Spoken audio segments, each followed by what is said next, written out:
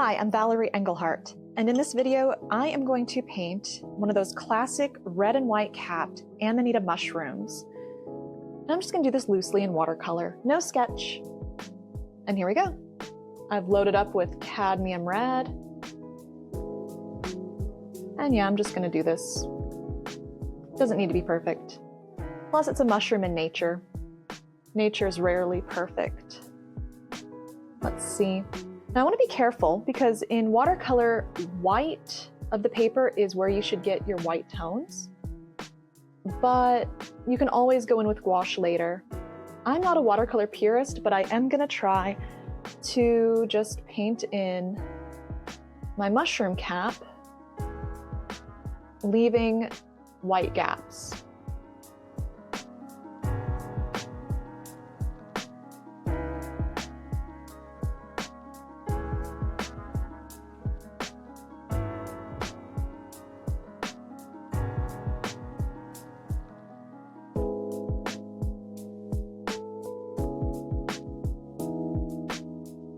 I'm just dancing around, keeping an eye on where my mushroom's going to end. Now this area is already drying. See if I put things in. It is spreading, but not a lot. So one thing I'll need to keep in mind is how my paper is drying as I move around the piece.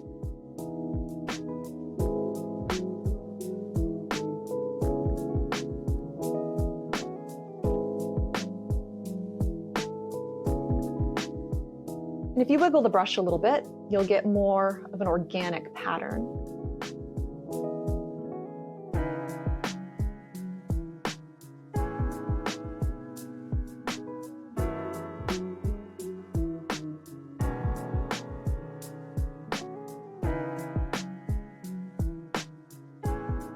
All right, got a mushroom cap.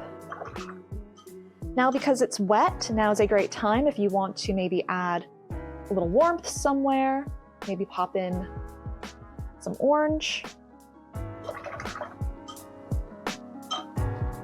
I can even pick up the paper and tilt it, get that pigment to spread. And if you want to add some cool tones, maybe a cooler shade of red. In this case, I've got permanent alizarin crimson. I'm just going to drop that in a few places,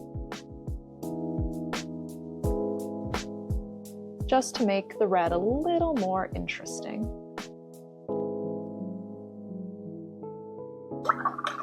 It's a little hard to see on camera, but it picks up really well when it's scanned. Although red is a really difficult color for scanning and videotaping.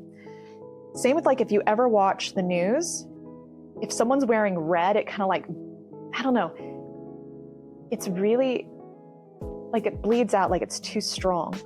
But anyway, let's keep going. There's going to be a center part coming down here, and I'm going to mix that with some burnt sienna, and I'm going to tone that down with a little bit of French ultramarine.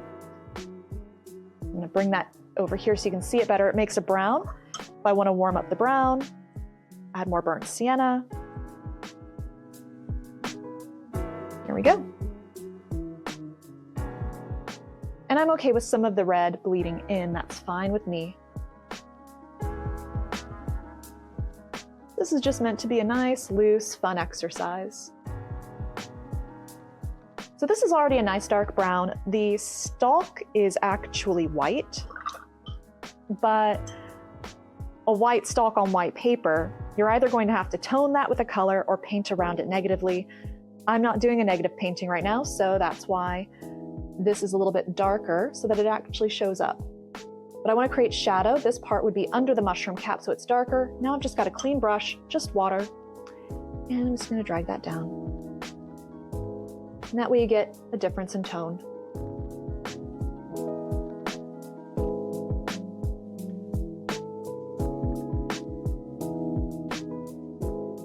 All right, now it's got this little frilly bib thing. And so I'll just go ahead and put that in, just with the water, just going to drag what's already on my paper and move it out. And I'll just continue down.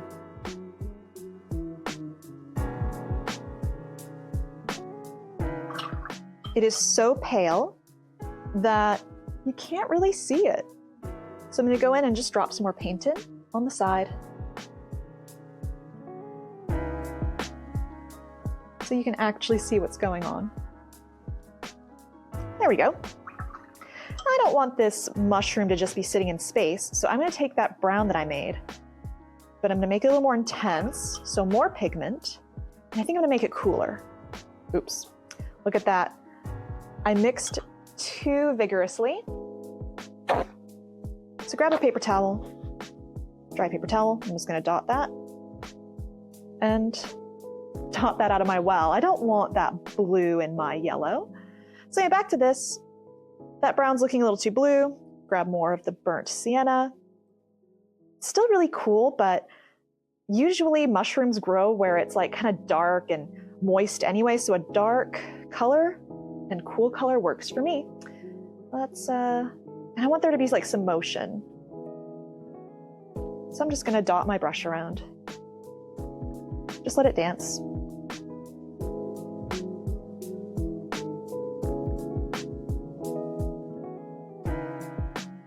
Let it merge, let it create almost like a little landscape, little mossy area. Now we could add green, and I probably will, but let's add a little more of this blue just to cool it down. Well, that might be too blue. But you know what? It's a painting. It's meant to be fun. What's wrong with a little bit of blue? I'm gonna grab the burnt sienna, mix that in, and we'll make some of this warmer. Now, if we start mixing things too much, we'll get mud. We don't want mud. So I'll just soften some of these edges and let those fuse. But let's go ahead and add some green. After all, green is the complementary color of red, so I think adding in some green, but just a little, would be nice.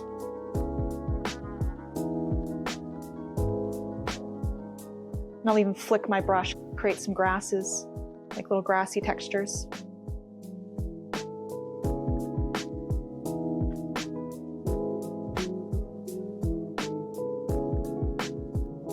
Okay. Now we can keep that here, or if you want it to just diffuse and blend into the foreground, just a wet brush. I'm gonna just scrub a little.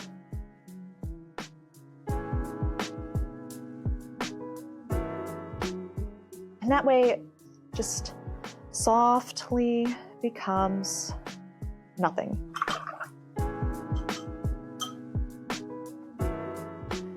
All right, let's move back up to this cap. Now, everything is still wet. I could hit it with a blow dryer, but I'm not going to because I'm just not going to. I'm gonna go in for the orange instead of the red, and I'm gonna complete this cap.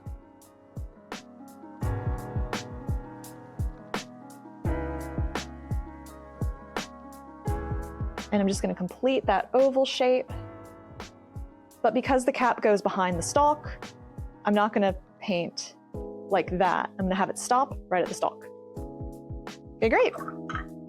And now, because we can see the underside there, we're gonna get to see some of the, I think they're called gills. So clean brush, dabbed off the excess moisture, and I'm just going to drag what's already here up. So.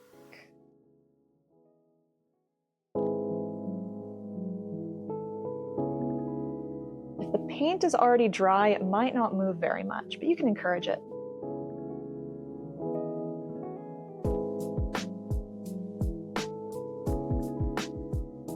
There we go.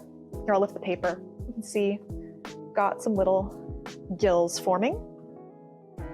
Now this area will be in shadow, so it is a little bright right now, but for now I'm gonna leave it, because if I introduce a glaze of any sort right now, it's gonna become a mess. We don't want that. In fact, I think at this stage, it'd be best to let it dry. So I am gonna go hit this with a blow dryer and be right back.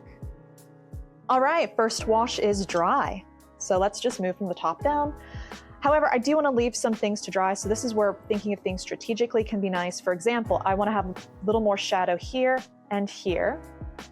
And so if I want these two shadows to be different, it might be smart to paint a shadow move elsewhere, and then come back to the stalk. So that's what I'm gonna do. One of the last things I said is that I wanted to put a shadow under the cap, and I do. I'm gonna grab that brown mixture that we already made, but look, one side's kind of cool, one side's more warm. I'm gonna grab from the cool side. But I don't want a very strong pigment, so I'm gonna add some water, and I'm gonna come into my other well, and I want it to be really pale. I just want a cool tone, and I'm gonna glaze it. So to glaze it means just to be very gentle, and it's a very thin layer. So instead of going in with a lot of pigment and I'm going in with very little pigment and a lot of water and just adjusting the tone.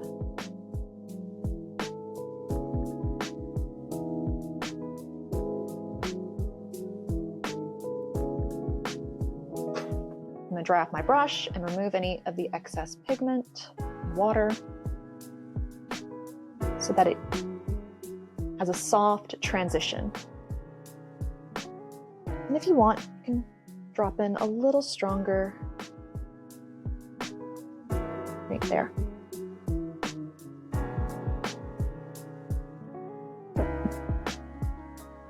I'll pick that up, and what that does is just creates more shadow. So there's that absence of light. So that area is wet. I don't want to do the shadow on the stalk, so let's move and put some shadows around those little bumpy parts on the mushroom cap. So I'm going to use the cool alizarin crimson, bring it to the side. I'm right-handed, so I'm going to move from left to right. And I don't need to be precise, but I am going to put some shadow under some of these just to give a little more dimension.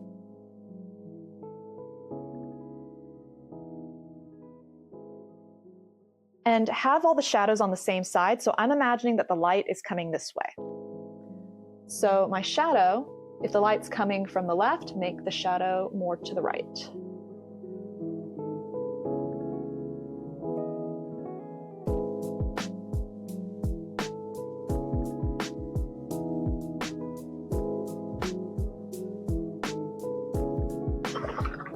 Okay, and if you want those to not be a hard line shadow, you can come in with just clean water and soften the edges.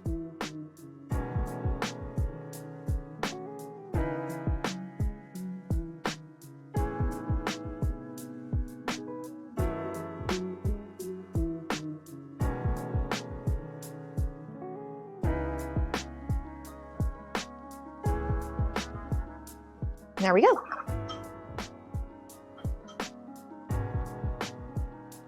This part of the stalk's dry. Up here is still a little wet, so I'm going to move down here. And there's this frill, but the frill all merges into the stalk. We don't want that. So this is where we're going to do some negative painting.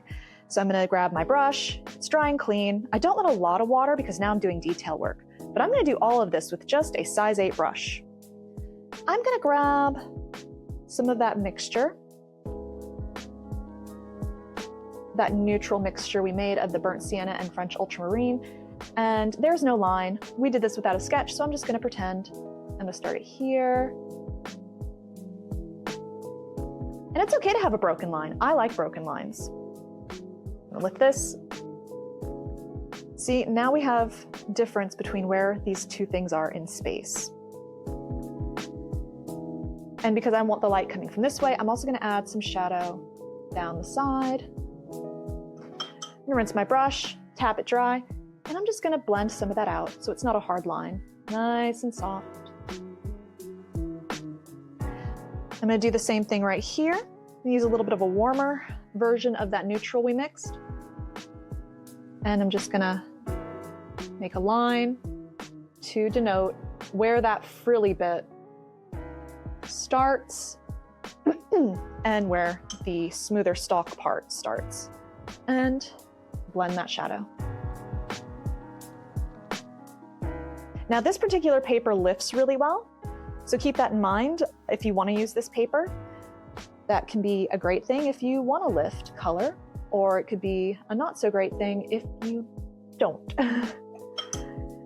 All papers are a little different. That's why people pick their favorites. Just be mindful and play around. It's how you learn.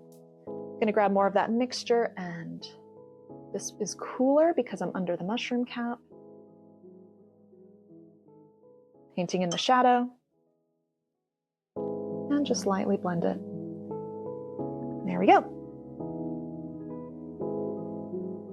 I think I'm going to add a little more of the cool shadow right here because no light would really be hitting this part. Rinse brush, but I want to be very careful because this area is still damp, and if I mess with it too much, I'll lift pigment, and I don't want to do that. Okay, great. And honestly, we can leave this frill as is. It doesn't have all of the like gills like under the mushroom cap. So I'm just gonna leave it. I like it, it's fine. And honestly, this is just supposed to be a loose piece. I wanna call it done. The mushroom is our focal point. That is our subject. So that's where all of the goodies are gonna go. Putting in this foreground was great to give it a sense of space and environment. But if I start messing and trying to add in a lot of detail here, it's gonna distract from this. And this was just a fun exercise. I don't wanna do that. So I can call this done, or what I can do really quickly, since I'm here to teach, is give a couple tips on what to do or things that can make a nice change. So I'm gonna grab, any brush will do, but I'm grabbing a filbert because it's round, it's synthetic, and it's stiff. So if you've painted your mushroom cap and you either didn't capture a little bit of a light area or you want it to be lighter, and this paper lifts really well, just grab a brush. I'm gonna dab off the excess moisture, and I'm just gonna scrub the paper a bit. And then once it picks up pigment, wipe it off, go for it again. Needs a little more water.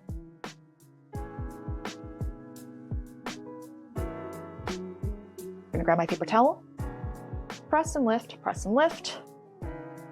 And now you have a little more shine on the cap of your mushroom. So that's one way to get some of the light back in your piece. Another thing we can do is, let's say that you want more white on your mushroom cap. And if you scrub, you'll get a lighter color, but it won't be white. So what we'll do, I'm gonna grab some gouache. If you lost the white of your paper, or maybe you just didn't want to paint around all those little bits, you wanted to add them at the end. I'm going to grab a synthetic brush because I like that more for my gouache, because I want this to go on thick, and this is just titanium white. I'm just going to scoop it out straight from the tube. So if you need to add a little more white to your mushroom,